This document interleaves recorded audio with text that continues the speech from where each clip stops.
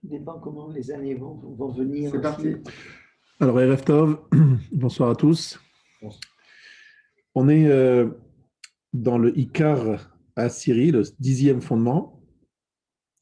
Akadosh Baruch Hu sait et connaît exactement les actions des hommes. Nous en avons déjà parlé un certain nombre de fois. Il se trouve qu'il n'y a pas de hasard. Il se trouve que nous allons aujourd'hui commenter, en première partie du cours, une Mishnah dans Pirkei Avot. Il se trouve que c'est le Pérec que l'on va dire ce Shabbat, les Hashem, le 5e chapitre. Et donc, vous avez dans la page 1, en bas de la page, et c'est écrit Be'asara ma'amarot nivra olam. Le monde a été créé avec 10 paroles. Uma Talmud lomar. Qu'est-ce que le verset vient nous enseigner? Allo be'ma'amar echad yachol ibarot. Page 2. Pourtant, il aurait pu être créé avec un seul ma'amar, une seule parole. Et l'aliten sachar tov la tzadikim shemekaimim et haolam shnivra be'asara ma'amarot. C'est pour donner un bon salaire aux justes qui mekaimim et haolam permettent au monde d'exister, qui a été créé avec 10 paroles. Ulei para min hareshaim, et pour payer, faire payer, les mécréants qui perdent le monde, qui détruisent le monde, qui a été créé par 10 paroles. Alors évidemment, la compréhension première de cette Mishnah, c'est de dire que puisque le monde a demandé 10 paroles à Kadosh Baruch Hu, c'est Kadosh Baruch Hu a investi 10 paroles, c'est donc que le monde est important. Et donc, si on lui permet d'exister comme le font les tzadikim, eh bien, on a un grand salaire. Et lorsqu'au contraire, on le détruit, eh bien, c'est le contraire. On est comme les Rechaïm, on le détruit. Alors, c'est plus grave. Bon, mais c'est quand même très réducteur et un peu, même un peu simplé de comprendre comme ça la Mishnah.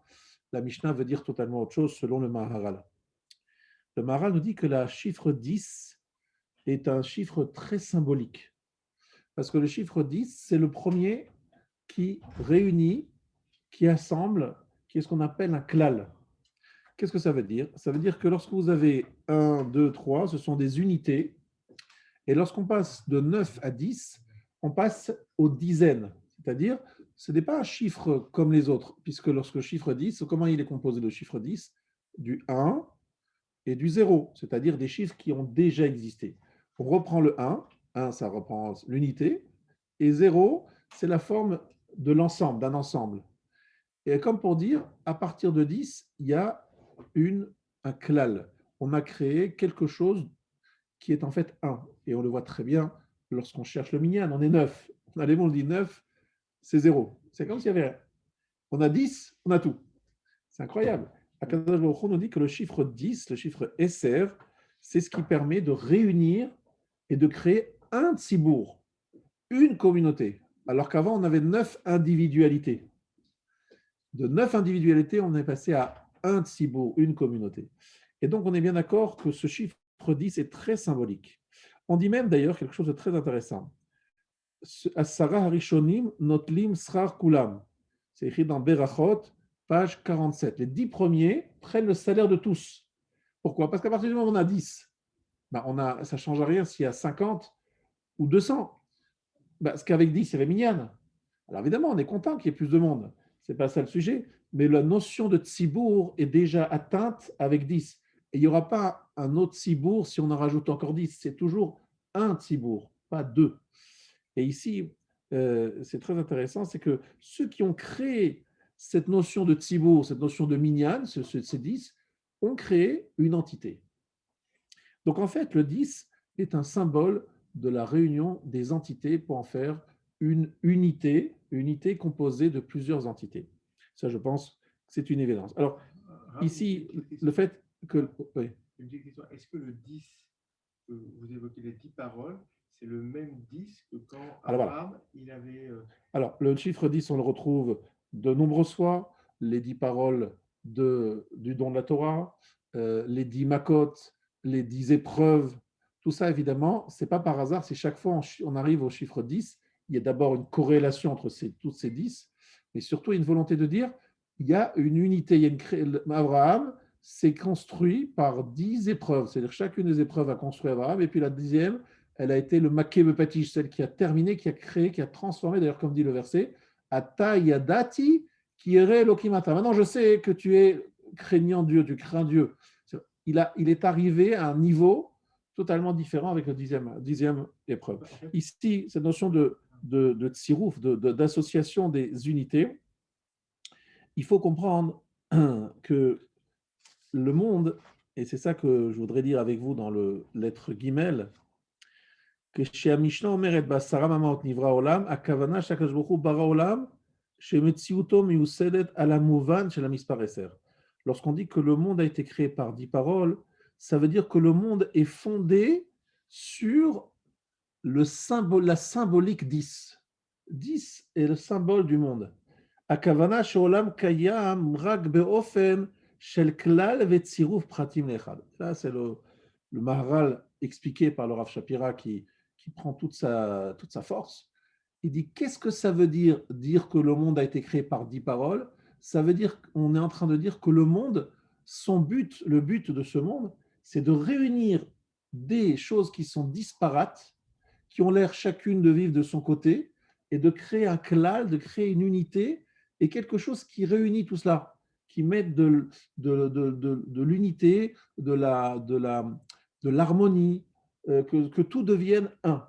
Un peu, je pense souvent à cette image que m'a donnée une fois un rav, je ne me rappelle plus qui. Il m'a dit, comme dans un tableau, lorsqu'il y a beaucoup de détails dans ce tableau, des couleurs différentes, des formes différentes, des personnages différents.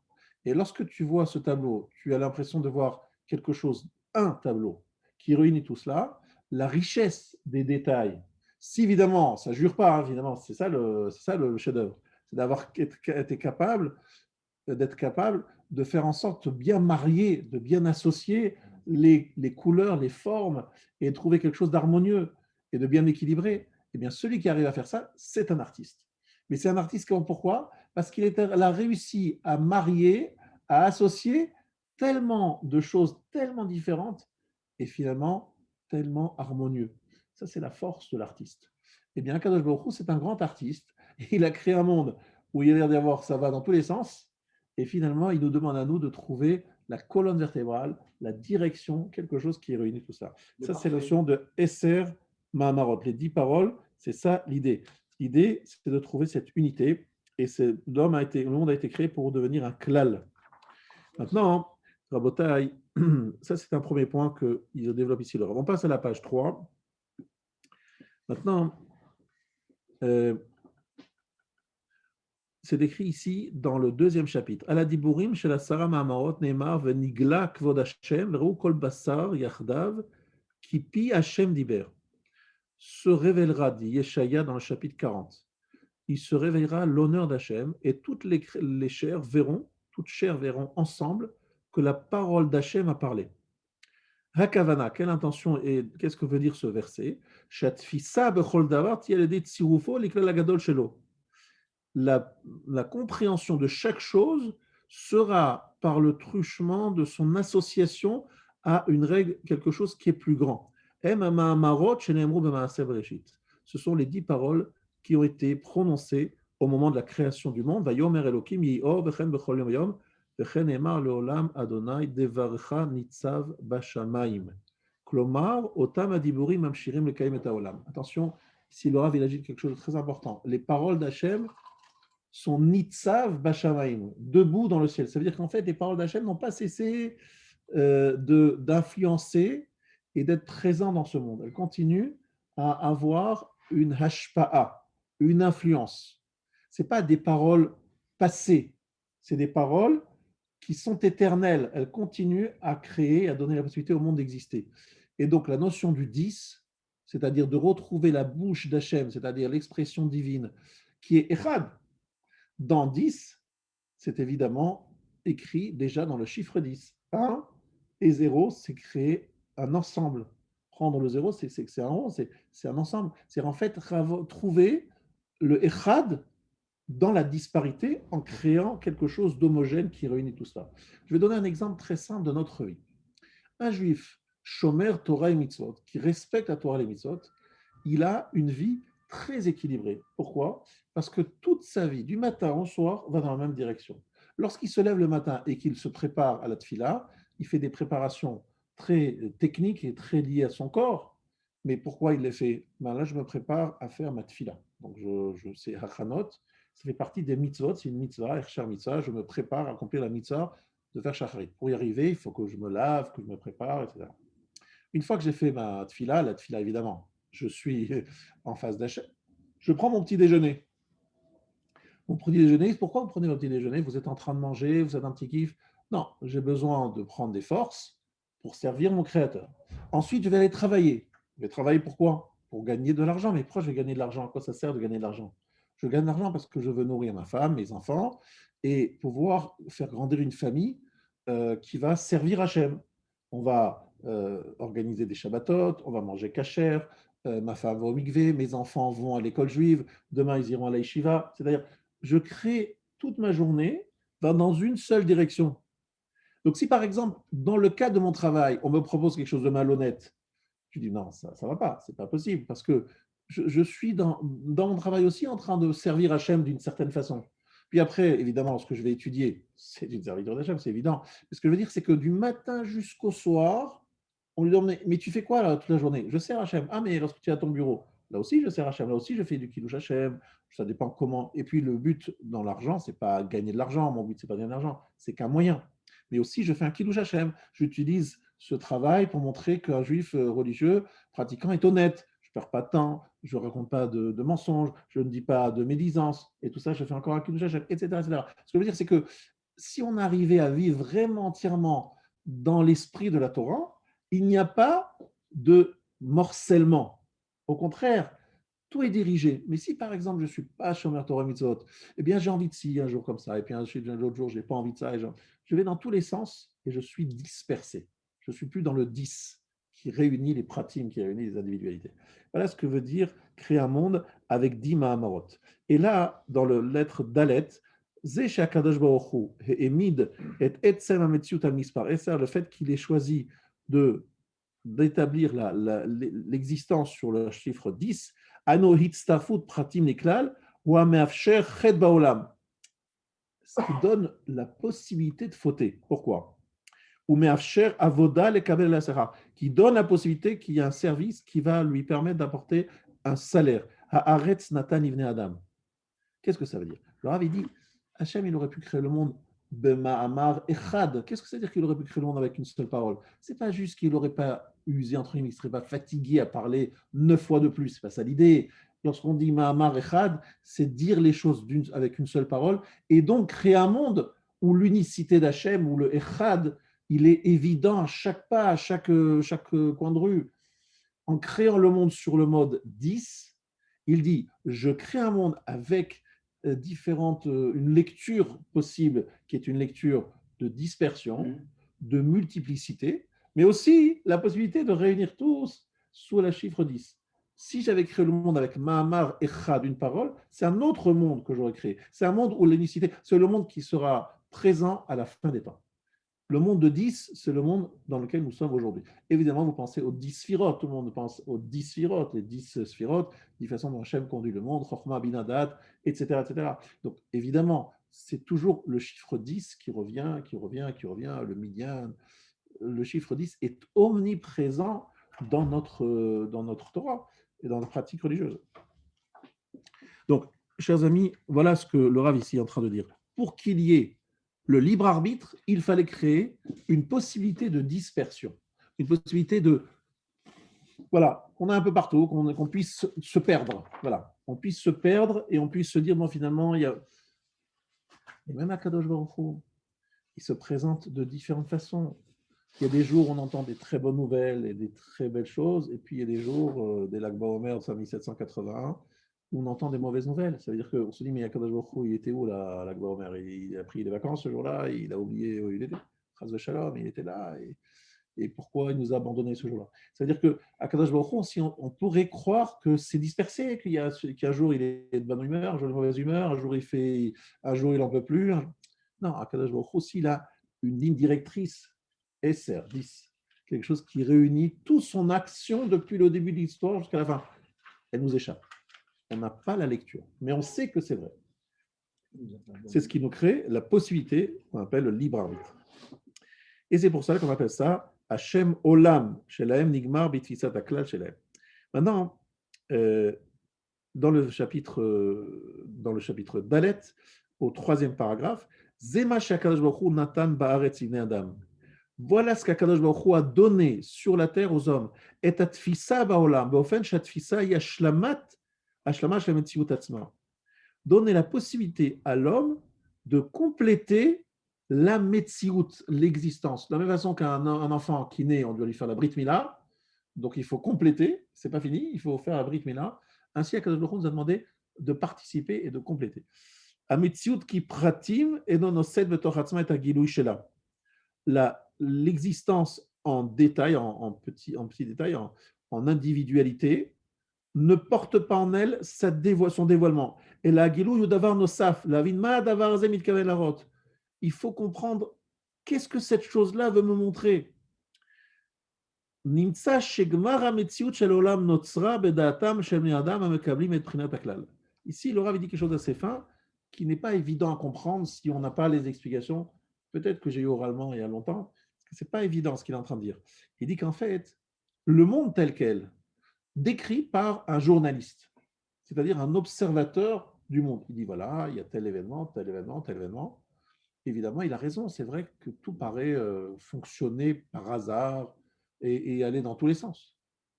L'homme doit faire un travail sur lui-même pour essayer de capter ce monde comme étant quelque chose d'entier, de quelque chose qui a un début et une fin, qui a un programme, où on va vers quelque chose, où les choses évoluent vers quelque chose. C'est un travail qu'il faut faire au niveau de notre perception à nous.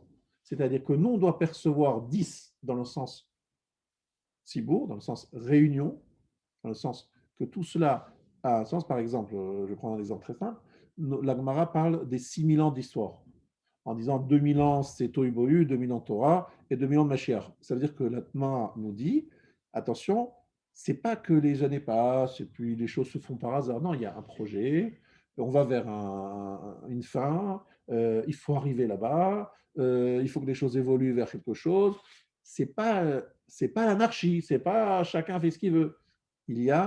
Alors nous, on doit faire un travail pour essayer de comprendre, mais qu'est-ce qui se passe, où on va, comment comprendre quelles sont les évolutions, est-ce que vraiment on va à une évolution, est-ce que vraiment on se rapproche du Mashiach? C'est quelque chose qui est difficile de percevoir. C'est un travail du 10, c'est-à-dire que quelqu'un qui doit comprendre les différents éléments qui nous amènent vers quelque chose. Prenons un exemple très simple, je vous donne un exemple, un petit détail, qui n'est pas un détail, un détail, mais vous avez le retour des Juifs en Eretz Israël. C'est quand même quelque chose d'assez neuf, c'est pas évident hein, dans l'histoire. En masse, c'est pas quelques personnes qui font leur alia, c'est des millions de personnes qui habitent maintenant en Eretz Israël. Il y a une sorte on voit que l'histoire, elle avance vers quelque chose. Ça se fait pas tout seul, c'est Hachem qui dirige ça. Comment ça se terminera, on ne sait pas, mais il y a une sorte de kibbutz galouyot, c'est en train de se faire devant nous. Donc on est en train de voir une vraie avancée. Et comment ça a pu se faire? Parce qu'il y a eu plein d'histoires avant, il y a eu plein d'étapes qu'on pourrait revoir en disant c'est une préparation à ce retour. Par exemple, la Shoah, on peut voir ça comme étant aussi un moyen qui nous a permis de retourner en Israël, même si c'est un moyen très, très, très, très douloureux. Et on ne saura jamais, en tout cas, on ne peut pas l'expliquer aujourd'hui pour vraiment comprendre la dimension de cet événement. Mais ce que je veux dire, c'est qu'en tout cas, on voit le monde, que l'histoire avance, on va vers quelque chose, et on a du mal à bien comprendre parce qu'on est au milieu de l'histoire, au milieu du gué. Excusez-moi, je suis de nouveau. Et donc, on a besoin de comprendre. Bien, alors tout cela, je pense que c'est assez clair. Moi, j'essaie de dire le plus clairement possible. Maintenant, vous regardez la page He, donc la lettre He, donc on est dans la page suivante. On va assez vite aujourd'hui. Srar hatzadikim vonesh hareshaim haolam shem berao. Kedivre Mishnah, Srar hatzadikim itreem ibriata olam. Je vous rappelle qu'on est toujours en train de commenter une Mishnah. Cette Mishnah parle d'un monde qui aurait pu être créé avec une seule parole, qui a été créé avec 10 paroles. Et on nous dit que le but, c'est de donner un beau salaire aux tzadikim, parce qu'ils ont permis à ce monde d'exister, ce monde qui a été créé par 10 paroles, et pour faire payer les Réchaïm qui détruisent un monde qui a été créé par 10 paroles. Voilà les mots de la Mishnah, n'est-ce pas? Maintenant, il faut expliquer cet élément. Donc, on a déjà expliqué la notion de 1 et de 10. Maintenant, parlons des tzadikim et des rechaim. Srar hatzadikim mitrayev mibriat haolam be'asar mamorot. Shekasher hatzadikim tofsim et haolam bemehalach hanachon. Lorsque les tzadikim saisissent le monde comme il le faut, comme Moshe HaKadosh Baruch Hu diber, et otam asar mamorot, arem shutafim im HaKadosh Baruch Hu b'maaseh bereshit, mishum shametziut atzma nigmeret al yadam. Regarde, c'est extraordinaire cette explication du Maharal expliquée par Rav Shapira. Il est en train de te dire que pourquoi les tzadikim sont les associés d'Akadosh Baruch Hu. En quoi ils sont les associés shutafim, il appelle ça shutafim, c'est-à-dire des associés. Il dit, moi, Akadosh Baruch Hu, j'ai créé le monde à 10 paroles. Mais en fait, j'aurais pu le créer avec une parole. Mon but, c'est de créer, d'avoir des gens qui perçoivent le monde qui est 10 et ils le voient comme 1. Je m'explique. Lorsque vous avez ici 10 personnes, vous dites, ah, il y a un minyan. Vous faites venir quelqu'un de l'extérieur et dit, ah, il y a 10 personnes ici. Mais vous, comme vous connaissez le principe du minyan, il y a un minyan, il y a une communauté, il y a un minyan. Voilà. Mais de l'extérieur, c'est 10 personnes. Ainsi, les tzadikim, lorsqu'ils regardent le monde et ils le vivent, ils disent, ah, il y a Kadosh Baruch Hu qui dirige tout ça, c'est lui qui met tout ça en place. Alors, des journalistes, je les ai vus poser les questions à des gens religieux. Où était Akadosh Baruch Hu, l'Akbar Omer Ameron? Comment vous expliquez? Où il était? Qu'est-ce qu'il a fait? Comprenez, expliquez-moi. Hachem, il a voulu ça, il a voulu tuer des enfants. Hachem, il veut tuer des enfants. Hachem, il aime tuer les enfants de 9 ans. Donc, c'est une belle chose. C'est beau. Voilà, c'est une question difficile. Hein, mais en même temps, le tzaddik, son travail, c'est de dire oui, Hachem, il a voulu que ça se passe comme ça, et c'est pour le bien. Et mais je ne sais pas l'expliquer. Je sais juste que c'est pour le bien et que c'est Akadosh Baruch Hu qui veut tout ça. C'est dur, c'est dur, c'est lourd, c'est cavette. Alors, ils ont le boulot, les non-croyants, de dire aux croyants, mais expliquez-nous, c'est quoi votre truc? C'est quoi ce truc-là? Expliquez-nous. Les gens qui sont venus pour chanter, pour honorer Akadosh Baruch Hu, pour honorer le tzaddik, Rabbi Shimon Bar Yochai, voilà leur récompense, voilà le truc, des enfants, des machins, quelle explication vous donnez? Ah, ça, j'ai l'impression que le monde, il est un peu... C'est brouillon, quoi. Il y a des fois des choses qui ne marchent pas, qui ne vont pas très bien dans le sens. Comment ça se fait? Comment vous expliquez ça, M. Rabbin? C'est ma mâche, l'actualité. Et nous, notre rôle, c'est non. 10, c'est 1. Ça veut dire que ça a l'air de partir dans tous les sens. C'est vrai que ça a l'air d'être le hasard. Ça a l'air d'être dire, finalement, voilà, Hachem, il punit les tzadikim, Hachem, il punit les enfants, Hachem, il punit, je ne sais pas. C'est vrai, ça a l'air comme ça, mais ce n'est pas comme ça. Je ne le comprends pas, mais je fais un travail sur moi pour dire non, Akadosh Baruch Hu, tu es Echad. Shema Israël, tu es Echad. Malgré toutes les questions que j'ai, toutes les interrogations et plein de questions, mais tu es Echad. Ah là là, comme c'est dur de dire Echad lorsqu'on est devant le 10, devant la dispersion, devant le chaos, devant l'incompréhension, devant l'inexplicable, devant l'horreur. Comment on arrive à trouver 10 qui est égal à 1? 10 égale 1? Comment j'arrive à trouver ça? Oui, c'est ça que la Mishnah est en train de dire. Moi, Kadosh Baruch Hu, je trouve que les tzadikim sont mes associés parce qu'ils transforment 10 en 1. Alors que les Rechaïm, ils disent non, mais non. Alors, les Rechaïm de l'époque, ils croyaient en des divinités, donc ils disaient il y a plusieurs divinités. Parce qu'ils ne travaillaient pas à répondre aux questions de comment ça se fait que des fois, Kadosh Baruch Hu, il a l'air d'être en colère, des fois, c'est pas possible que ce soit le même personnage. Donc, il y a plusieurs divinités. La divinité de la rigueur, la divinité de la générosité. Donc, comme ça résout les contradictions et les trucs. Et nous, évidemment, c'est strictement interdit. Ça s'appelle la Vodazara. Donc, nous, il n'y a qu'un seul Dieu, unique et rien d'autre. Et là, on a plein de questions, mais on travaille. Non, je ne comprends pas, mais il y a une explication, il y a un sens à tout cela. Je ne le comprends pas, mais il y a un sens à tout cela. Donc, c'est un travail de transformer 10 en 1. Vous avez compris le principe, ce que ça veut dire 10. 10, c'est un symbole de la dispersion et en même temps, la possibilité de tout réunir. Et c'est le chiffre 10 qui est 1 plus un ensemble qui le montre, en fait. Mais il faut un vrai travail. Hein. Et par contre, les Rechaïm, même lorsque Akadosh Baruch Hu est assez visible et assez compréhensible, mais non, c'est le hasard, mais non. Alors là, vraiment, c'est le contraire. Lorsqu'on voit qu'Hachem il dirige tout, que c'est lui qui est là présent partout, eux, ils commencent à dire, mais non, c'est venu par hasard. Eux, ils font vraiment le contraire. Bon, évidemment, c'est pas facile. On ne vit pas dans un monde où il est facile de transformer 10 en 1. C'est ça que la racine de Olam, c'est Elem. Olam, effectivement, c'est un humour Elem qui veut dire voilé, caché. Ne'elam, il est caché, il se cache derrière le monde, et à nous de lever le rideau et il y a des jours, il y a des semaines où c'est plus difficile. D'ailleurs, Lag Baomer, c'est Gal, c'est Gilouï, c'est un dévoilement. Il y a un dévoilement qui est plutôt est difficile à voir. D'accord? Alors, tout ça, c'est un élément que je voulais partager avec vous. C'est ce que dit ici le Rav, hein. Simplement, j'essaie de vous le faire vivre dans l'actualité. Donc, pourquoi faut-il récompenser les tzadikim et faut payer les rechaïm? Parce que Akadosh Baruch Hu a voulu que les hommes résolvent le problème. C'est un peu comme si vous avez voilà, un jeu et vous êtes l'animateur du jeu et vous cherchez des gens qui jouent avec vous dans ce jeu. Donc, vous avez des questions, vous avez des... Voilà, et puis à vous de trouver les réponses. Donc, lorsque vous répondez, vous participez à ce jeu, on a une interaction, et lorsque vous résolvez la problématique, eh bien, celui qui a posé la question est content parce que vous avez travaillé, vous avez trouvé des solutions, et quelque part, il y a une association très heureuse qui s'est faite, on a trouvé la solution. Donc, Akadosh Baruch Hu, il a mis tout un mise en scène qui s'appelle Le Monde, dans lequel il s'est caché, il dit, cherchez-moi. Et j'ai souvent expliqué, vous savez, au Beth Midrash, que c'est pour cela que les enfants, il y a un jeu que tous les enfants du monde adorent, qui est qu'on comprend, c'est le cache-cache.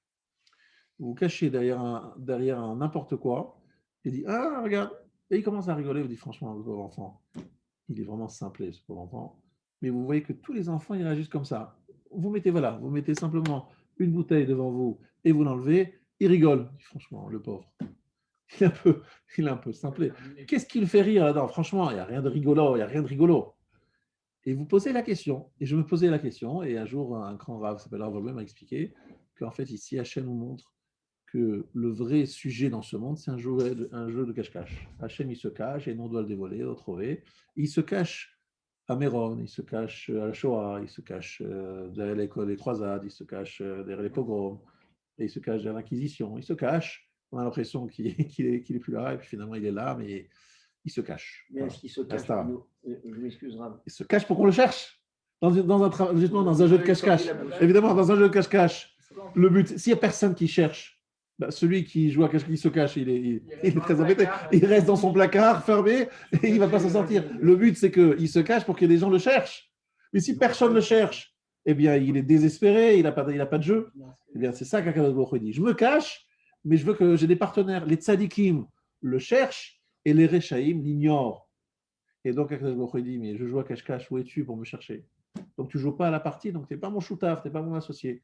Donc, le monde est dans un monde de dispersion. D'ailleurs, dispersion. Alors que Echad, c'est l'unité. Maintenant, à Botaï, je vous invite à voir la lettre Vav qui va nous parler Onshan shel Reshaim nikra Gehinam. Qu'est-ce que c'est le Gehen? Amaharal Masbir chez Gehinam Perusho Heeder. Ha-Gehinam Inyano Ikium. C'est quoi le Gehinam? Alors, on a l'habitude de voir dans notre imagerie et trucs un diable avec une queue et des grandes oreilles. Il est en train de griller quelqu'un sur une rôtissoire et qui est en train de brûler sur la rôtissoire. Alors évidemment, c'est une image un peu simplette et qui ne correspond pas à la réalité. Mais quand on parle du feu, alors le Rav explique que le feu, Davarzem yuchas la esh, mishum shinyan haesh, ou kol mi shenichnas etoch haesh, nichnas makom hamevatel oto. Celui qui rentre dans un feu, il rentre dans un lieu qui le fait disparaître, qui l'annihile. Tout ce qui rentre dans le feu, finalement, disparaît. On ne pensait pas jusqu'où ça allait, jusqu'à qu'on ait vu, lorsqu'il y a eu le 11 septembre 2001, toutes ces énormes tours qui ont fondu. On s'est dit, non, ce n'est pas possible. Ce béton renforcé par de l'acier, ça peut pas, ça résistera, c'est pas possible qu'on puisse... Et puis on a vu que ça s'est effondré parce que le feu était tellement fort qu'il a fait fondre les structures métalliques qui se trouvaient à l'intérieur. Et finalement, le bâtiment s'est écroulé. Alors on s'est dit, voilà, le feu, il a raison de tout. Il fait tout disparaître, il peut tout disparaître, tout détruire. Lorsqu'on rentre dans le feu, on n'existe plus. Alors, le Gehinam, il est comparé au feu parce que, quelque part, c'est un lieu de disparition. Je ne sais pas dire disparition. Alors, on essaye de trouver une solution et d'expliquer pourquoi est-ce qu'il y a une notion de Gehinam. Ça veut dire quoi? Alors, définition du Maharal, He'eder. He'eder, ça veut dire disparition, j'ai rien. Alors, qu'est-ce que ça veut dire? Alors, on tourne la page à la page 6, je crois que c'est la page 5, pardon.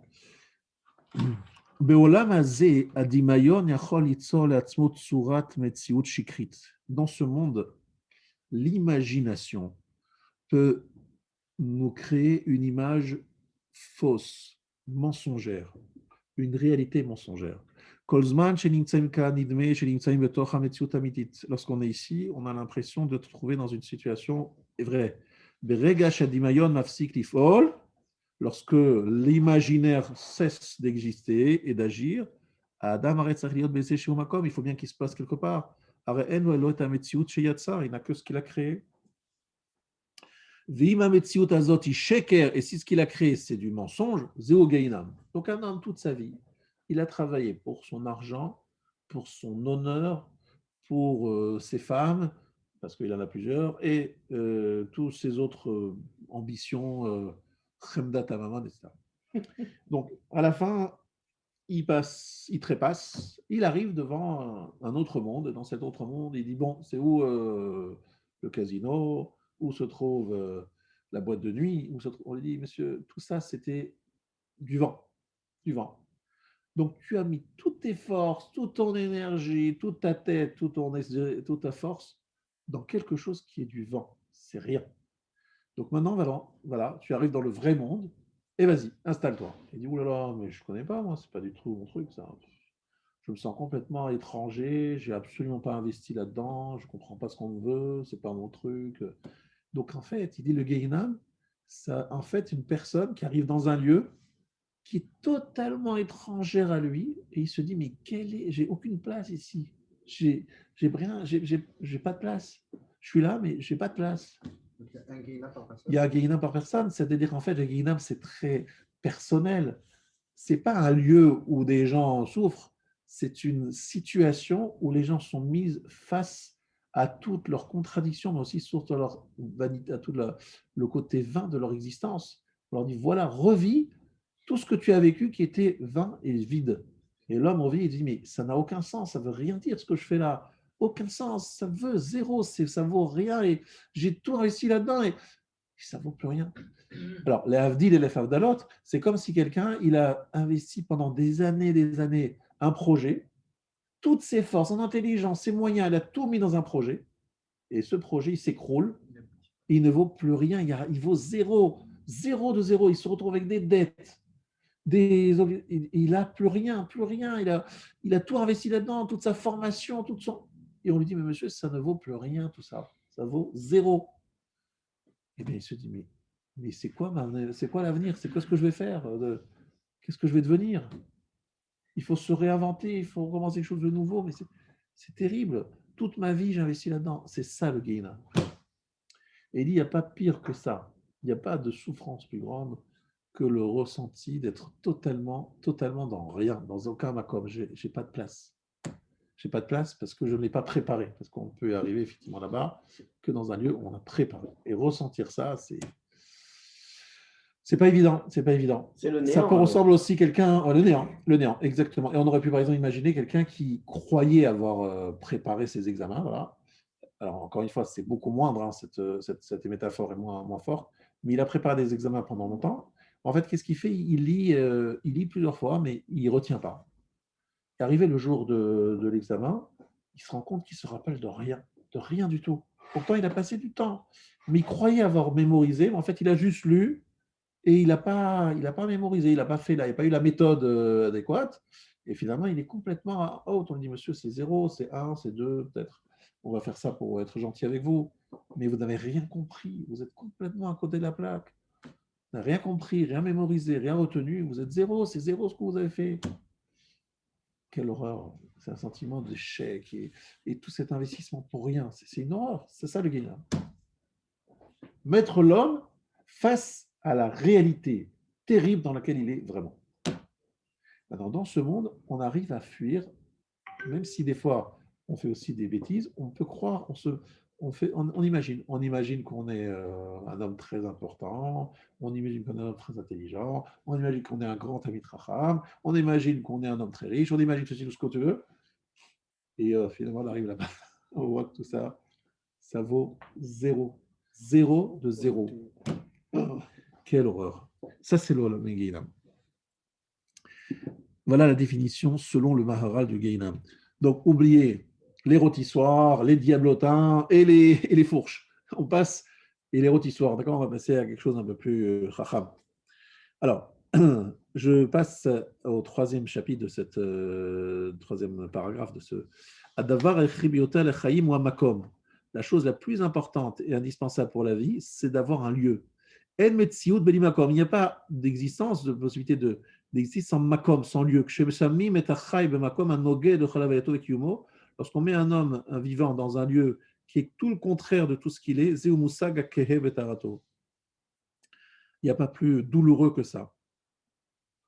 Je sais pas, moi, j'essaie d'imaginer quelqu'un qui a vécu, je sais pas, dans un monde occidental avec beaucoup de confort, etc., puis se retrouve dans un désert sur le sol et qu'il n'y a plus rien, il n'y a plus aucune de ses repères.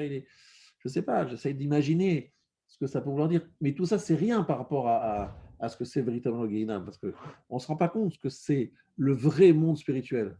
Un vrai monde spirituel. Un monde de spiritualité, c'est un vrai travail. Il y a des gens peut-être qui font que semblant d'y être, croire d'y être, s'imaginent y être. Ça fait peur en fait. Hein. Maintenant que nous avons expliqué ça, dans le lettre Zayn, la manu she'akiyum be'atzmo ze ha'sachar hatov ve'aonesh wa lo kiyum. L'existence, c'est le bon salaire et la punition, c'est l'okium, ne pas exister. C'est bien ce qu'il explique ici, c'est très intéressant. Akadosh Baruch Hu sait, connaît les actions des hommes. Yediat Hashem yaklal ha'amiti hanotzar me'asara ma'amarot. Yedi azu marzika et hametziut ha'amitit mul marchevotehem shel bnei adam hayotzrim klalim acherim. Les hommes créent des principes, des klalim, des règles, des principes moraux, des principes. Par exemple, il y a des gens qui se disent toute ma vie, je vais m'investir pour le climat, pour l'écologie, le monde plus vert. Bon, mais est-ce que c'est ça le véritable combat pour lequel il faut s'investir? Mais pour lui, c'est le combat principal dans sa vie. Voilà, c'est ça sa vie, c'est de combattre cela. Si demain on lui montre que tout ça, c'est pas du tout le vrai sujet, bah, il a tout investi dans quelque chose de faux, de rien. Et Akadosh Baruch Hu Yodea Maaseh Bnei Adam, ça veut dire que Akadosh Baruch Hu, il dit aux hommes, écoutez, vous avez vos principes, mais moi, je sais quelle est la réalité, quel est le Hémet. Et en fait, il ne faut pas que l'homme crée ses propres principes. Ça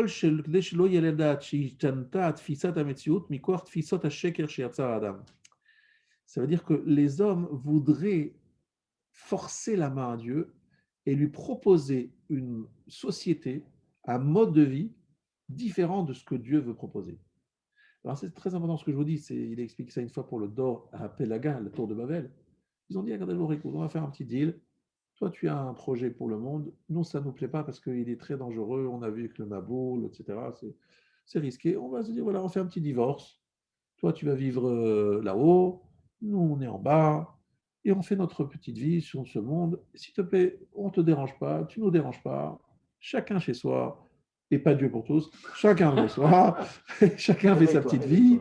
Fais ton petit truc. Chacun fait sa vie. Chacun fait sa vie. Chacun vit sa vie. Voilà ce qu'on propose au moment de tour de Babel. Et Akadosh Baruch Hu dit non, c'est pas possible. C'est pas possible parce que c'est pas possible de vivre et de créer une société qui mette Dieu entre parenthèses. C'est exactement ce qui se passe aujourd'hui. Vous êtes dans une république laïque qui dit, s'il vous plaît, on respecte les religions, mais franchement, c'est pas le sujet ici. Ici, on est dans une république laïque et on va créer une société équitable avec des valeurs, comme ils disent toujours, des valeurs républicaines, laïques. Bon, voilà ce qu'ils proposent. Alors, est-ce que ça existe, ça fonctionne, ça amène quelque part? Eh bien, oui, ces gens-là, ils pensent que oui. Nous, dans la tour de Babel, on a vu que ça n'apportait rien. Pourquoi? Parce que pour réunir des gens, il faut les réunir autour de Dieu. C'est que Dieu qui arrive à réunir et créer une société véritablement unie. Si c'est d'autres valeurs, ces valeurs, chacun prend pour soi, pense à lui, et finalement, on n'a pas d'unité, on a la dispersion, comme la tour de Babel. Alors, je Mais devrais expliquer ça. comment ça marche pour les personnes qui ne sont pas juives? Est-ce qu'on dit qu'on a le même Dieu? Alors, quelqu'un qui n'est pas juif, il a les 7 mitzvot de Bnei Noach. Ça veut dire qu'il a. C'est quoi Dieu? Alors, Dieu, c'est le même Dieu que nous. Il s'appellera Allah, si tu veux, chez les musulmans. Chez les chrétiens, on a un petit problème avec la Trinité. On veut qu'il y ait un Dieu unique et pas d'associés, pas de fils et de frères, de je ne sais quoi. Donc ça, c'est vrai. Mais sur le principe, on est tous d'accord qu'il faut un Dieu qui soit au-dessus de nous et qui doit diriger et vers lequel on doit rendre des comptes. Donc, maintenant, bon. ça, c'est notre façon de voir le monde. Donc, même quelqu'un qui n'est pas juif, il peut très bien accomplir les 7 mitzvot des Noirs et avoir droit au Olam Haba, ou en tout cas à certaines formes de Olam Haba, sans problème. Il suffit qu'il respecte les 7 mitzvot des Noirs et respecte cette présence de Dieu. Pourquoi? C'est un bon système. On ne force pas tout le monde à devenir juif. Loin de là, on n'est pas du tout des prosélytes. Mais on pense que le monde doit se fonder sur ces 7 fondations qui s'appellent les 7 mitzvot Bnei Noach. Bien. Maintenant, en bas de la page, nous sommes, voilà, pas dans le caractère un peu épais et gras. Ayamakom l'archov. On aurait pu penser chez Bisman, chez Adam Hotzi et Tatsmo Michutz à Sarah Mamarot, que lorsque l'homme se sort de ces 10 paroles, Veyatsa leatzmo tfisat mitziut mutit, et il se crée une perception erronée. Shi tiyelo le misgeret kiyum, elle pourra donc le conserver, lui permettre d'exister. באופן שיוכל אדם לחשוב שגם אם מסגרת הקיום שלו קטנה וחסרת ערך ביחס לשכר העולם הבא, אבל יש בידו לקבוע לעצמו את צורת החיים הקטנה שהוא בוחר לעצמו. Il peut faire sa petite vie, quoi. Il peut s'organiser une vie avec une forme d'existence qu'il aurait créée de toutes pièces, dans lequel il s'organise à lui-même. On voit des gens qui ont quand même des valeurs, qui ont des valeurs morales, qui ont une éthique. C'est vrai, ça existe. Il y a des gens comme ça. Tout le monde n'est pas immoral, loin de là, heureusement. Et donc chacun a son. Et on peut se dire, voilà, on a trouvé un lieu hors divinité. C'est très à la mode aujourd'hui, ce que je suis en train de dire, c'est ce que pense, je pense, une grande majorité de Français. D'accord? Et pas seulement de Français, des Européens. Ça suffit, la religion nous impose un Dieu avec des comptes à rendre, etc. Non. On a des comptes à rendre, mais des comptes à rendre à la morale que nous avons nous-mêmes érigée, mis en place, et qui, on trouve, on va dire, une grande adhésion, une adhésion très large. Ne pas voler, bon, je pense que tout le monde comprend, ne pas voler, ne pas tuer, ne pas se commettre d'adultère, ça c'est des choses que tout le monde comprend et accepte et reconnaît. Donc sur ces bases-là, on va faire ça, mais à notre façon, telle que nous le comprenons. Eh bien, Rabotai, Akadosh Baruch Hu nous dit non, vous n'avez pas de makom, c'est eux uniquement dans le cadre du divin, de l'organisation du divin, que les choses peuvent se réaliser et réussir. Maintenant, je voudrais aller assez vite, donc je suis dans la page suivante et je vous invite à lire ce qui est en gras au milieu de la page. Pen yesh bachem, shoresh porerosh vela'ana, והיה בשומעו את דברי העלה הזאת והתברך בלבבו לאמור, שלום יהיה לי, כי בשרירות ליבי אלך. Ça, c'est un passouk dans Devarim, chapitre 29. C'est les paroles de la Torah.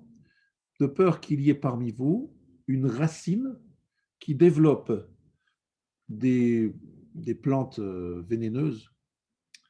Et lorsqu'il entendra les paroles de cette malédiction, il se bénira dans son cœur, il dira « Shalom Yeli, j'aurai la paix, qui bishriut libelech, j'irai ce que mon cœur me montre, j'irai là où mon cœur me montre et me dit d'aller. » Je ne sais pas si vous réalisez combien ce verset s'applique particulièrement à notre époque.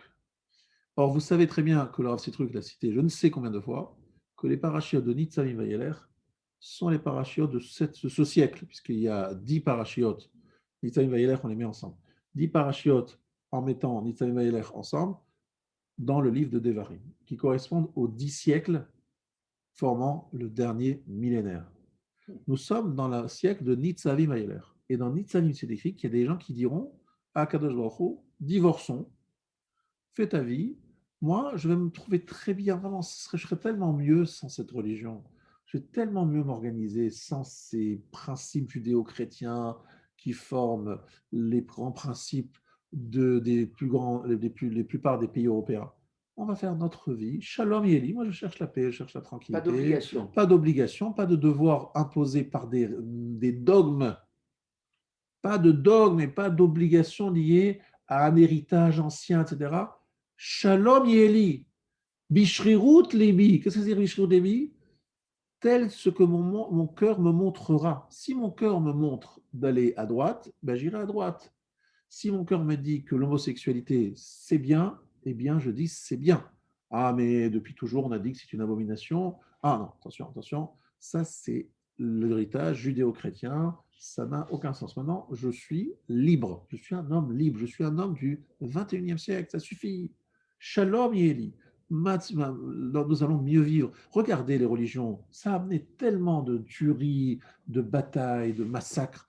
Sortons de ça. Et jusqu'à aujourd'hui, des djihadistes, des islamistes radicaux.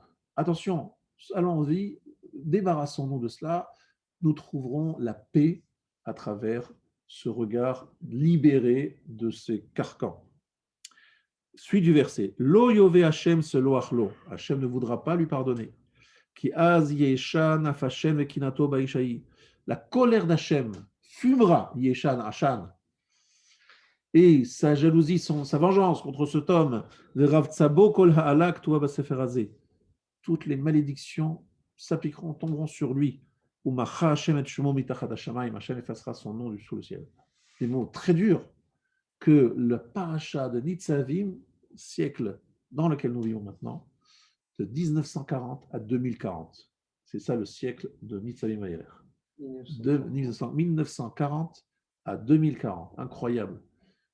La colère d'Hachem s'enflammera contre ceux qui diront Shalom Yeli ki bishrirut libeler. J'irai là où mon cœur me montre. Si mon cœur, si mon humanité me dit qu'il faut faire comme ci ou comme cela, eh bien c'est ça qu'il faut que je fasse. Personne ne peut me dire quoi faire ou ne pas faire. Voilà. Incroyable. Psukim elem elamdim, dit le Rav. Ces psukim enseignent. Un homme ne peut pas sortir en dehors du monde d'Akadosh Baruch Hu. En makom, il n'y a pas de lieu. En l'air livroir, il n'y a pas de lieu où s'enfuir. Nous sommes dans les mains d'Akadosh Baruch Hu de tous les côtés. Il n'y a pas d'endroit où partir, il n'y a pas d'endroit où s'enfuir, il n'y a pas d'endroit où se réfugier en disant bon, on va fuir l'endroit d'Akadosh Baruch Hu, on va trouver un autre endroit, un autre lieu, on va se réfugier là-bas, on va fuir la colère d'Hachem, on va fuir ce monde divin avec toutes ses obligations. Il n'y a pas où aller. Et juste avant, dans le chapitre juste avant, vers Agra, Be'aderet Eleo Masbir Psukim Ele, chez Oto Racha Sover, ce Racha pense ce qui va chez Abrit Nicheta Im Klal Israël, puisque cette alliance a été conclu avec le peuple juif, il sort du klal, il n'est pas obligé de respecter cette alliance. Je ne demande ni le salaire ni la punition. Il y a une alliance qui était avec le peuple juif, je suis conscient de cela. Mais moi, je veux sortir de cette alliance, je ne veux pas être concerné, je veux être ailleurs. Je ne veux pas le salaire. Je n'ai pas besoin de là-bas, je veux la raser. Il dit que faisons un pacte.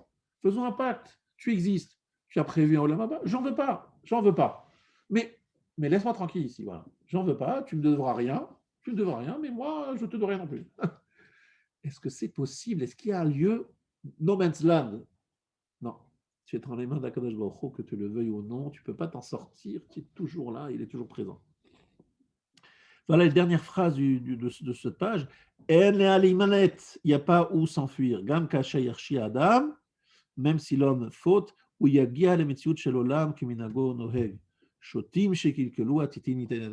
à ce qu'on a dit la semaine dernière.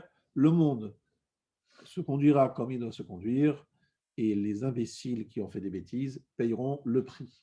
Mais on ne peut pas sortir de ce monde. Il faut bien comprendre que c'est finalement quelque chose qu'on aurait pu imaginer comme étant réalisable. Quelqu'un qui dit, écoutez, moi je ne demande pas de salaire, mais je ne veux pas non plus être puni. Moi je ne veux pas rentrer dans le système. Est-ce qu'on ne pourrait pas lui dire, voilà, écoutez, ben, d'accord, faisons un pacte.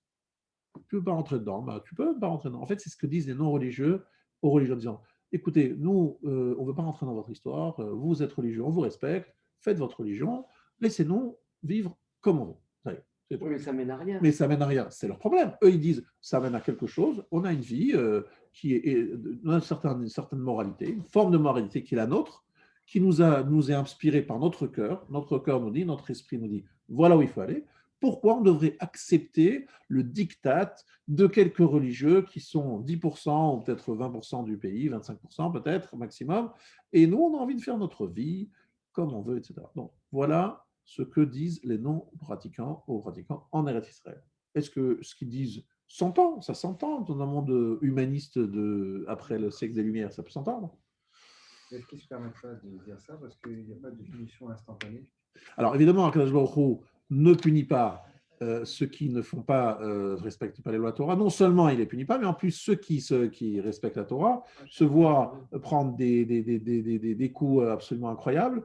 Et donc, quelque part, ils disent, mais attendez, ça ne veut pas me dire qu'en étant religieux, pratiquant, on est sauvé des catastrophes. Il suffit de regarder ce qui s'est passé vendredi. Donc, oui, et ce qui s'est passé encore hier, lorsqu'il y a eu un attentat, des gens qui se sont fait descendre, c'était encore des religieux.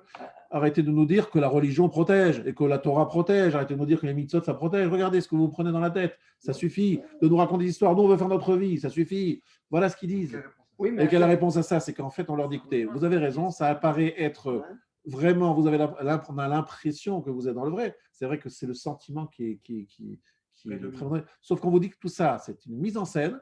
Simplement, le jour où vous allez sortir de cette mise en scène et que vous allez voir la vérité en face, vous aurez vraiment un vrai problème parce que vous n'aurez pas du tout investi là où il faut investir. C'est comme si vous investissez dans une bourse, dans une action qui, juste avant le Covid, par exemple, l'aéronautique, et vous retrouvez après le Covid avec un aéronautique qui est complètement, on va dire, au sol. Ça, on peut le dire, qui n'est pas dans les airs, cloué au sol. C'est-à-dire que tu n'as pas investi là où il fallait. Alors on leur dit, écoutez, messieurs, j'entends, vous avez des questions, nous aussi on a des questions, mais on vous dit, il n'y a pas le choix, il n'y a pas autre chose, ce n'est pas qu'il y ait une autre option, il n'y a pas d'alternative. Qu'est-ce que vous voulez dire? Non, on ne veut pas être croyant, non, on veut faire autre chose, on veut faire ce qu'on veut. Mais il n'y a pas, ça n'existe pas. C'est Dieu qui a créé le monde et c'est Dieu qui le tient et c'est Dieu qui le dirige et c'est Dieu qui demande, etc. Il y a les 10 fondements de la foi. On dit, bon, il n'y en a rien à foutre, mais c'est comme ça. Il n'y a pas d'option. Mais les non-religieux, ils montrent bien avec l'attentat de hier. Méron, ils disent, regardez. Voilà. Regardez. En alors, plus, mais c'est exactement ce qu'ils disent en ce moment. Ils disent, regardez. Regardez. À quoi ça vous sert tout ça? À quoi ça vous sert tout ça? Exactement, ils ont des arguments. Et c'est pas maintenant. On a un bâton pour se faire battre. Exactement. Non, c'est pas nous qui avons mis ce bâton. C'est simplement Akadosh Baruch Hu, quelque part, nous met à l'épreuve tous, de savoir véritablement, est-ce que... Excuse-moi, il est fatigué. Donc on est dans une situation, véritablement, où effectivement les questions s'amoncellent, se grandissent. Et la question de tzaddik veralo, le tzaddik qui souffre, racha vetovlo, n'a jamais été aussi forte qu'aujourd'hui. Et c'est vrai, c'est pas évident, c'est pas simple. Il n'y a pas de réponse facile. La seule réponse est de dire que ces neshamot, elles sont venues ici, mais elles étaient déjà dans un autre monde, elles ont fini un travail.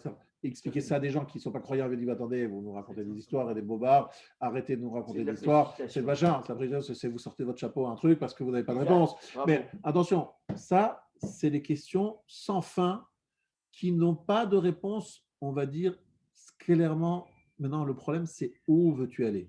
Non, dans une société libérée, qui s'assume, qui va... Voilà l'autre option qu'il propose. Mais on est en train de dire ici qu'il n'y a pas d'autre option. Elle n'existe pas, elle paraît exister. On a l'impression qu'elle existe. La Torah nous dit elle n'existe pas. Ne crois pas, tu risques de le regretter très fort. Tu vas le payer très cher parce que le jour où, après 120 ans, tu vas passer de l'autre côté, tu dis ouh là là là là là là, mais j'avais pas compris, j'avais pas vu. Il disait la vérité, ces rabbins, mais je voulais pas les écouter parce que effectivement, ça me dérangeait de les écouter. Ça, effectivement, c'est ce qui attend ceux qui ne croient pas. Maintenant, ceux qui croient, ils ont des questions et ils doivent se poser des questions, mais ils doivent dire une chose. Je n'ai pas la réponse, mais la réponse, elle existe. C'est ça qui est très différent. La réponse existe, elle n'est pas dans ce monde, elle est dans le monde futur. Elle est dans une autre vision des choses, dans une vision plus large. Comme j'ai déjà dit plusieurs fois en bataille, c'est comme si vous voulez essayer de comprendre ce qui se passe lorsque vous voyez dans le trou d'une serrure, vous voulez comprendre qu'est-ce que se passe dans la pièce qui est derrière. Ce n'est pas possible, vous n'avez qu'une vision très étroite. Lorsque, après 120 ans, on voit le monde, depuis la création jusqu'à la fin, on se dit « Ah oui, d'accord, j'ai compris, c'est évident. » C'est évident, mais ce n'est pas évident lorsque vous le voyez d'une façon aussi étriquée qu'aujourd'hui. On a des visions très limité des choses. On ne sait pas ce que chacun de ces 45 hommes et enfants qui sont en Iftarim étaient venus faire sur ce monde. On ne sait pas pourquoi ils étaient là, pourquoi ils sont partis comme ça, et pourquoi ils sont partis à ce moment-là. Et on ne sait pas exactement. On ne sait pas. Mais on sait qu'il y a une réponse. On sait qu'il y a une explication. On sait qu'il y a un sens à tout cela. Mais on ne peut pas l'expliquer exactement pourquoi celui-là. Mais ce n'est pas, évidemment, ça affaiblit le côté on va dire, des gens qui sont Shomrei Torah Mitzvot. Mais est-ce qu'il y a une alternative? Est-ce qu'il y a une autre possibilité que celle-là? Est-ce qu'il y a une autre option? Est-ce qu'on peut dire à Kadosh Baruch Hu, écoute, on ne comprend rien, on en aura le bol, ça suffit, tu nous as assez fait souffrir, on te tourne le dos et on va ailleurs. Mais tu vas où ailleurs? Tu vas où ailleurs? Tu vas faire où? Tu vas où? C'est ça le problème. On leur dit, il n'y a pas ailleurs. Et si vous allez ailleurs, vous allez vous retrouver comme quelqu'un qui est devant un précipice. Il avance, il dit, vas-y, avance, mais je vais tomber. Ben oui, mais il n'y a pas, tu n'as pas préparé le pont pour traverser au-dessus du précipice. Mais quel paradis on a vis-à-vis Alors, de ces gens qui mais on ne sait pas, ça c'est pas notre problème aujourd'hui. On doit répondre. Je ne sais pas, je n'ai pas de réponse. On doit leur dire, je suis Mahamine, je suis croyant, je sais qu'il y a une réponse, mais je ne l'ai pas. Peut-être que c'est une âme qui est revenue. Mais encore une fois, ces réponses-là ne répondent parce qu'en fait, de la chose comme ça, un croyant, par définition, c'est un croyant, c'est pas un sachant. C'est-à-dire, c'est quelqu'un qui est Mahamine. Quelqu'un de croyant, il ne faut pas oublier. C'est quelqu'un qui est Mahamine, même s'il a les plus grandes souffrances, même s'il a perdu 2 fils en même temps dans cet endroit-là, même si c'était des tzadikim, ces 2 fils, et même s'il ne comprend pas comment Akadosh Baruch Hu lui le peignait à lui qui est un tzadik lui-même, et sa femme sont des tzadiket, et essaie de faire. Et il dit Akadosh Baruch Hu, tout ce que tu me donnes et tout ce que tu me prends, tout ce que tu fais, c'est le tov ou le mutav. Je ne comprends pas pourquoi, mais je sais, je suis certain que si je pouvais être dans le ciel à côté de mes enfants, je dirais bravo, merci pour tout ce que tu m'as donné. Mais ici, dans ce monde en bas, j'ai une énorme mechitza, on appelle ça une mechitza, quelque chose d'opaque qui me ferme, qui m'empêche de voir la vérité qu'il y a derrière. Je ne comprends pas ce qu'il y a derrière, mais parce que je ne peux pas le voir. C'est un peu, vous savez, cette image, elle est magnifique, 2 fœtus qui sont en train de discuter dans le ventre de leur mère. Il y en a un qui dit à l'autre, tu sais, j'ai entendu que derrière ça, il y a des lacs, des forêts, des montagnes. L'autre, il dit, mais t'es malade. Tu vois pas ce qu'il y a, ce monde, il est fermé, il n'y a rien, on est dans un truc. Et il n'imagine pas qu'il y a derrière ce ventre, lorsqu'il sort, ah ouais, il y a des ciels, il y a le soleil. Machin. Nous, on connaît, mais ça veut dire que c'est exactement ça. La mort, c'est l'ouverture d'une femme, une femme qui accouche. L'enfant, il sort vers l'extérieur, il voit, alors que son monde, pendant 9 mois, c'était un endroit très fermé. Eh bien, nous, c'est bien pire que ça. C'est tout petit notre endroit, et on ne sait pas ce qu'il y a derrière, mais derrière, il y a un monde incroyable qu'on n'imagine pas. Enfin, si, on l'imagine, parce que Akadosh Baruch Hu a dit, il y a le Olam Haba, il y a le Gehinam, il y a le Gan Eden, il y a les Olam Neshamot. Je dis, oulala, c'est quoi cette histoire? Je ne les vois pas. J'ai envoyé une fusée sur Mars, et j'ai toujours pas trouvé et rentré ce Gan Eden. Où il est? Dites-moi où il est, monsieur le rabbin. Je ne l'ai pas vu. On a allé. Alors peut-être qu'on va aller plus loin, peut-être qu'on va trouver plus loin. Et non, monsieur, il n'est pas loin, il est juste à côté de toi. Mais oui, à côté de moi, je ne le vois pas, je ne le vois pas. Voilà, Rabotaï, cette situation terrible dans laquelle nous sommes, qui est celle de savoir que tout ce que nous savons et tout ce que nous sommes, eh bien, tout cela, Akadosh Baruch Hu ne donne pas le choix. C'est lui, Mekomo Shelolam. C'est quoi le Mekomo Shelolam? Ça veut dire que si vous avez un verre, il faut bien le poser quelque part. Si je n'ai pas un endroit où le poser, ben, qu'est-ce qui va se passer avec ce verre? Il va tomber, on est bien d'accord. Sans Makom, il va tomber. Eh bien, le monde, c'est comme ça. Akadosh Baruch Hu le tient, le soutient. Il n'y a pas Akadosh Baruch Hu, le monde, il tombe. Le monde, il tombe, il ne tient pas 2 secondes sans lui. Ah, mais on n'a pas l'impression que ça se passe comme ça, parce que si on demande des scientifiques, ils vont m'expliquer qu'il y a une attraction, qu'il y a un magnétisme, qu'il y a je ne sais quoi entre les... Bon, ils vont me donner plein d'explications. Mais moi, je dis non, c'est Akadosh Baruch Hu qui soutient. Mais où il est? Montrez-moi, je veux le voir, filmez, montrez-moi là, faites-moi une vidéo et je vous dirai quoi, si j'y crois. Bon, vous avez compris, c'est ça la réalité dans le journée.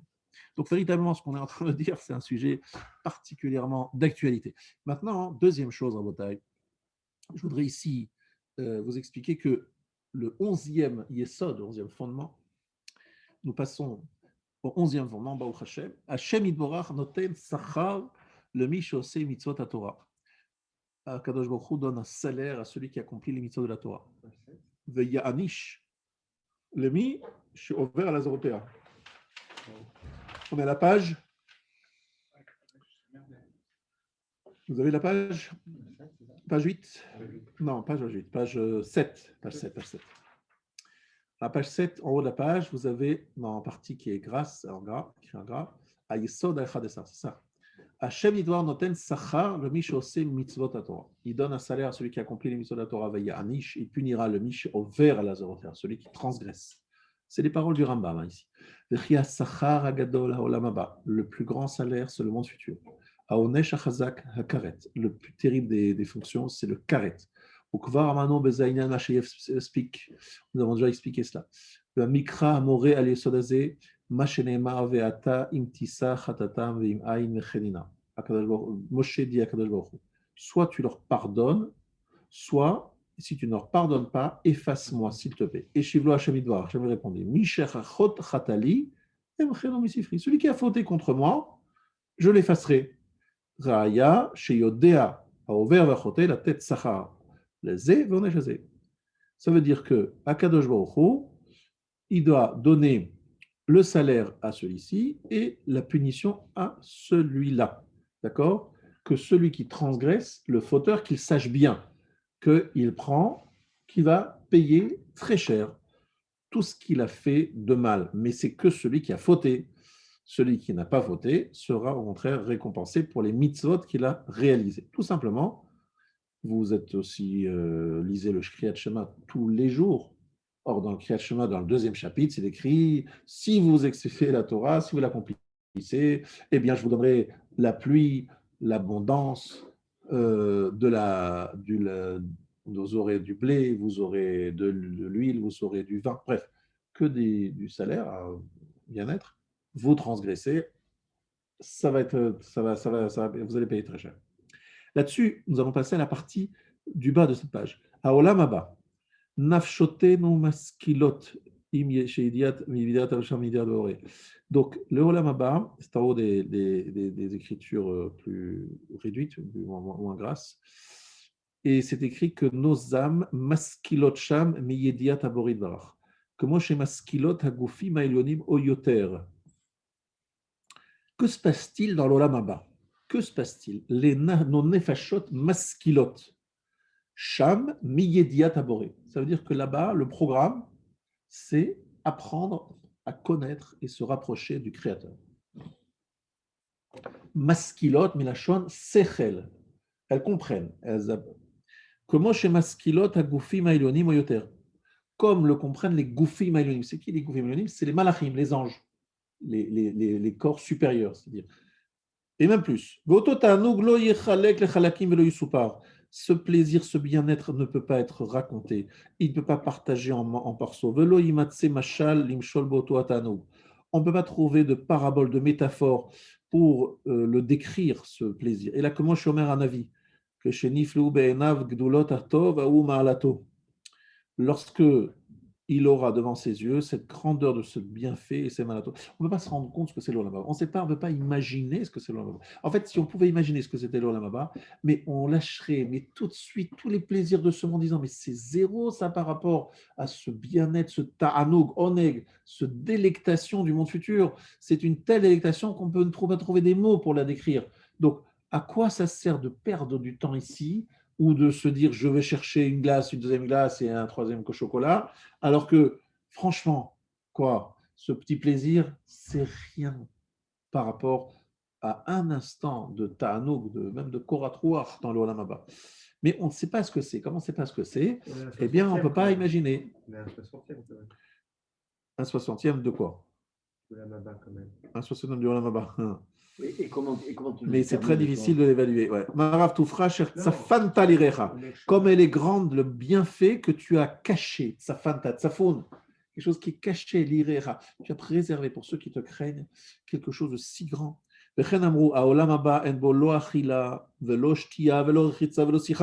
On n'y mange pas, on n'y boit pas, on ne se lave pas, il n'y a pas lama de sicha, on ne s'enduit pas d'huile ou de parfum, etc., de crème.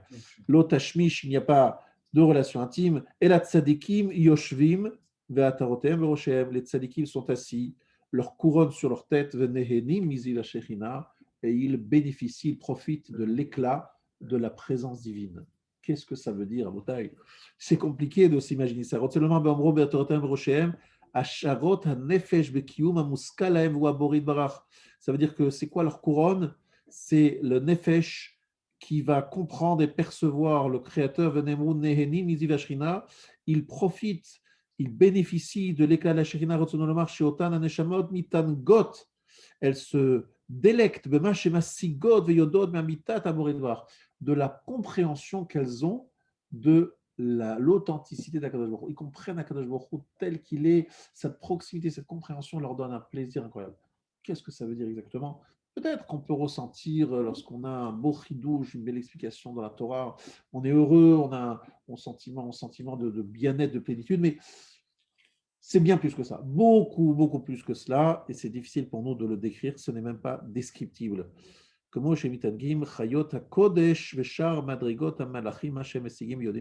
les anges et les Chayot HaKodesh, elles bénéficient de cette splendeur divine, et bien nous aussi nous aurons ce bien-être. En fait, là-haut, c'est très sympathique, ça veut dire que c'est beaucoup mieux que ce qu'on pense, mais il faut d'abord être passé par ce qu'on appelle la blanchisserie, la laverie, on nettoie tous les dégraissages, il faut dégraisser toutes les scories du mal, des fautes, des midot raot. C'est ce qu'on appelle un pressing. Voilà, c'est un pressing très pressant et oppressant et qui nous fait peur. Et qui se place, oui, évidemment, pressing, et qui nous lavage à sec, blanchisserie à sec pour essayer, parce que tout simplement, sinon, on ne peut pas se présenter devant le roi des rois avec un habit sale. Donc, il faut d'abord se nettoyer. Et ce lavage est particulièrement désagréable si on le fait tardivement, mais si on commence le lavage sur place, ici sur Terre, c'est beaucoup moins cher, ça se fait beaucoup plus vite et c'est beaucoup moins douloureux. Voilà exactement ce que nous décrivent nos rabbins. On ne peut pas accéder dans ce Olam Haba si on n'a pas on n'est pas totalement propre. Pourquoi on a perdu le goût du Olam Haba ici? Alors, on n'a pas perdu le goût du Olam Haba, c'est-à-dire en fait, Me'en Olam Haba, c'est le Shabbat. Shabbat, c'est Me'en Olam Haba. Donc, il y a un petit peu du goût du Olam Haba dans le Shabbat.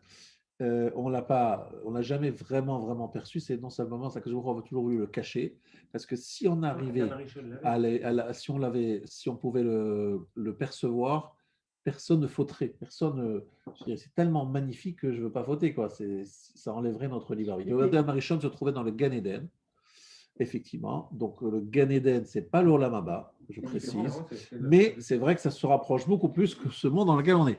Ça, on est d'accord. Le Gan Eden, ce n'est pas l'Olam Haba, mais c'est quand même beaucoup plus proche que nous. Mais le Gan Eden, je te rappelle, il s'écrit à Gan Be'eden, donc on parle bien d'une création dans ce monde qui s'appelle le Gan d'Eden. Par contre, le Olam Haba, c'est lorsque ce monde-là sera totalement détruit et on reconstruira le monde à venir. C'est pas, il y a Olam Hazé, donc ce monde-ci, Olam Haba, le monde qui vient. C'est-à-dire, c'est donc par définition un monde qui n'existe pas encore, mais qui sera créé. Et lorsqu'on parle du Olam Haba pour les Neshamot, c'est un mot emprunté, mais c'est pas. C'est un vestibule ici. Voilà, en fait, non, on est dans un vestibule, mais même lorsque l'âme quitte le corps, elle arrive là-haut, elle n'est toujours que dans un Olam HaNeshamot, un monde des âmes. Il y a le Gan Eden, il y a le Gehinam, mais il y a le Gan Eden. C'est toujours pas le Olam Haba. Le Olam Haba, c'est lorsque ce monde aura terminé son travail, il sera détruit et reconstruit de façon à faire ce qu'on appelle le Olam Haba. Donc personne ne l'a vu et ne l'a perçu et ne l'a vécu. Même les Neshamot des plus grands tzadikim, comme Moshe Rabbeinu par exemple, n'est pas dans l'Olam Haba. Il est dans l'Olam HaNeshamot, dans le Gan Eden, dans tout ce que tu veux, mais il n'est pas dans l'Olam Haba. Parce que par définition, l'Olam Haba, c'est ici, une fois qu'il n'y aura plus de Olam Hazé. Donc, tant qu'il y a le Olam Hazé, il n'y a pas le Olam Haba, par définition. Ça doit prendre Amon Hazé, c'est ici, Olam Haba, le monde à venir. Alors, qu'est-ce que veut dire tout cela, ces profits, etc. Je voudrais raconter juste que j'ai entendu du Rav Wolbe il y a quelques années pour essayer de comprendre qu'est-ce que pourrait être cette délectation de l'Olam Haba. Il a dit, regardez, imaginez-vous que vous faites une bonne action, mais une bonne action totalement désintéressée. Vous n'avez aucun intérêt, personne ne va le savoir, personne ne le saura jamais. Vous l'avez fait discrètement, la personne à qui vous l'avez fait cette bonne action est très reconnaissante, elle vous dit merci, mais elle n'a aucun moyen de vous exprimer sa reconnaissance, donc il n'y a aucun calcul dans ce que vous faites. Et quelque part, vous ressentez un bien-être qui est difficile à définir. Quel bien-être vous avez? Vous n'avez pas de kavod de cela, il n'y a pas d'honneur parce que personne n'est au courant, vous ne bénéficiez pas d'intérêts financiers, vous n'avez pas, etc.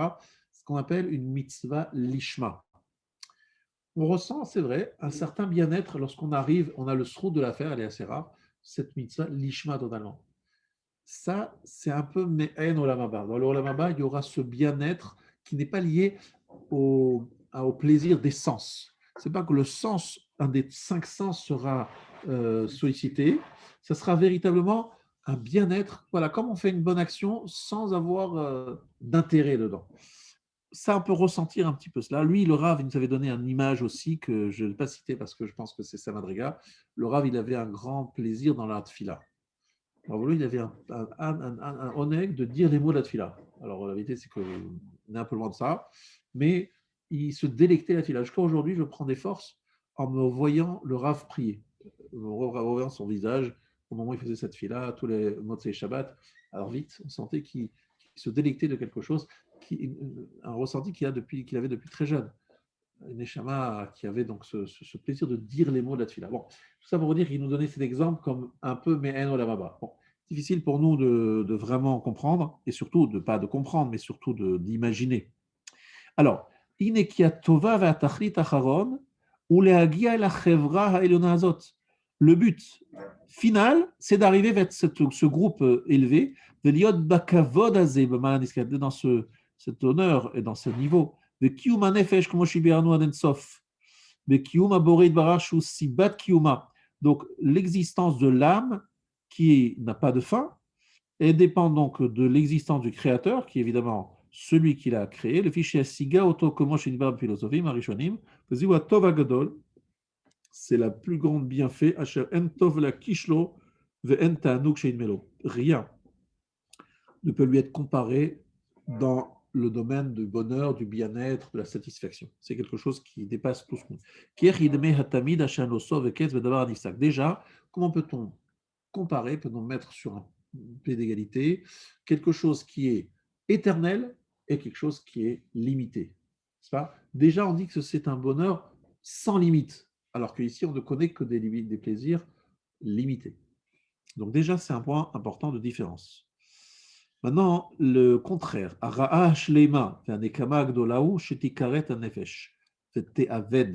Karet, c'est la perte de l'âme. Qu'elle ne puisse pas continuer à vivre.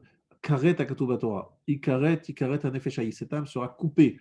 Ikaret ba'olam hazeh, ikaret ba'olam haba. Elle sera même coupée dans l'olam haba.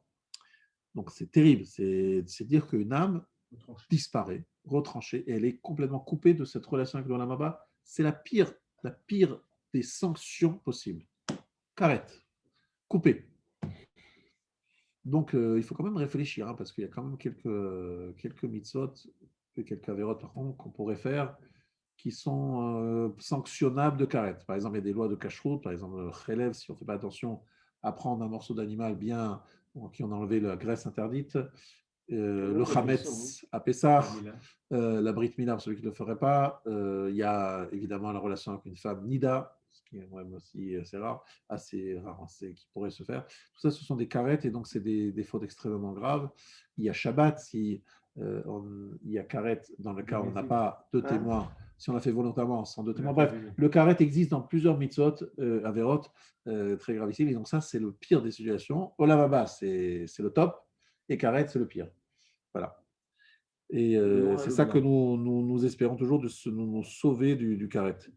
D'accord? C'est ça qui est important. Le olam haba n'est pas perceptible par un corps qui est matérialisé. C'est pas possible. On ne peut pas imaginer ce que c'est. Donc c'est pour ça que malheureusement, dans notre situation, dans ce monde, nous sommes sous une chape de plomb, sous un aveuglement, sous une fermeture. On ne voit pas ce qui est vraiment derrière. Et ça, c'est très embêtant parce que juste après la mort, alors là, on voit tout, et c'est déjà trop tard. Et on se dit, mais pourquoi je n'ai pas écouté le Rav Gué lorsqu'il me parlait? Et moi, le Rav Gué se dit, pourquoi je n'ai pas écouté mon Rav lorsqu'il me parlait? Et je n'ai pas plus servi à Kadosh Baruch Hu et sans perdre une seconde, etc. Mais c'est comme ça, on est aveuglé et on a du mal. C'est le libre arbitre. C'est le libre arbitre, exactement. Le libre arbitre fait que nous sommes aveugles et nous ne voyons pas que nous faisons des choix qui n'ont aucun sens. C'est un peu comme si on choisissait vraiment on nous propose 1 milliard et on nous choisit de prendre un petit bonbon qui vaut 0,001 centime.